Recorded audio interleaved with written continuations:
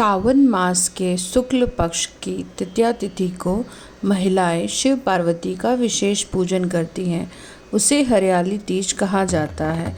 देश के बड़े भाग में यही पूजन आषाढ़ तृतीया को मनाया जाता है, जिसे हम हरितालिका तीज कहते हैं।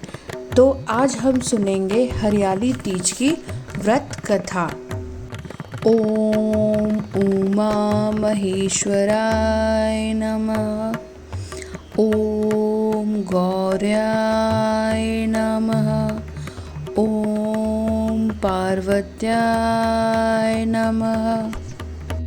ये कथा शिव जी पार्वती जी को उनके पूर्व जन्म का स्मरण कराते हुए सुनाते हैं। शिव जी कहते हैं, हे पार्वती, तुमने हिमालय पर मुझे वर के रूप में पाने के लिए घोर तप किया था। अन्न जल त्यागा, पत्ते खाए, सर्दी गर्मी बरसात में कष्ट सहे। तुम्हारे पिता दुखी थे। नारद जी तुम्हारे घर पधारे और विष्णु जी के कहा है कि मैं विष्णु जी के भेजने पर आया हूँ। वो आपकी कन्या से प्रसन्न होकर उनसे विवाह करना चाहते हैं। आप अपनी राय बताएं। पर्वतराज प्रसन्नता से तुम्हारा विवाह विष्णु जी से कराने को तैयार हो गए। नारद जी ने विष्णु जी को यह शुभ समाचार सुना दिया, पर जब तुम्हें ये बात पता चली तो तुम्हें बहुत दुख हुआ। तुम मुझे मन ही मन अपना पति मान चुकी थी। तब तुमने अपनी ये बात अपनी सहेलियों को बताई। तुम्हारी सहेली ने तुम्हें एक ऐसे घने वन में छुपा दिया जहाँ तुम्हारे पिता नहीं पहुँच सके। वहाँ तुम तप करने लगी। तुम्हारे लुप्त होने से तुम्हारे पिता बहुत चिंतित है। इस बीच विष्णु जी कहीं बारात लेकर आ गए तो क्या होगा? शिव जी ने आगे पार्वती जी से कहा, तुम्हारे पिता ने तुम्हारी खोज में धरती पाताल एक कर दिया, पर तुम ना मिली। तुम गुफा में रेत से शिवलिंग बनाकर मेरी आराधना में लीन थी।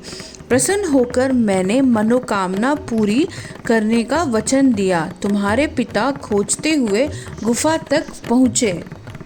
तुमने अपने पिता को बताया कि अधिकांश जीवन शिव जी को पति रूप में पाने के लिए तुमने तप में बिताया है। आज तप का फल सफल रहा। शिव जी ने मेरा वरण कर लिया।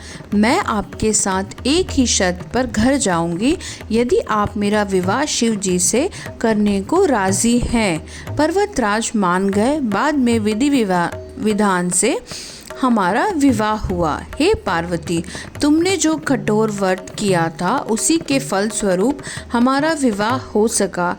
इस व्रत को निष्ठा से करने वाली स्त्री को मैं मनवांछित फल देता हूँ। उसे तुम जैसा अचल सुहाग का वरदान प्राप्त होता है। हरियाली तीज की व्रत कथा की समाप्ति होती है। बोलो हर हर हर महादेव।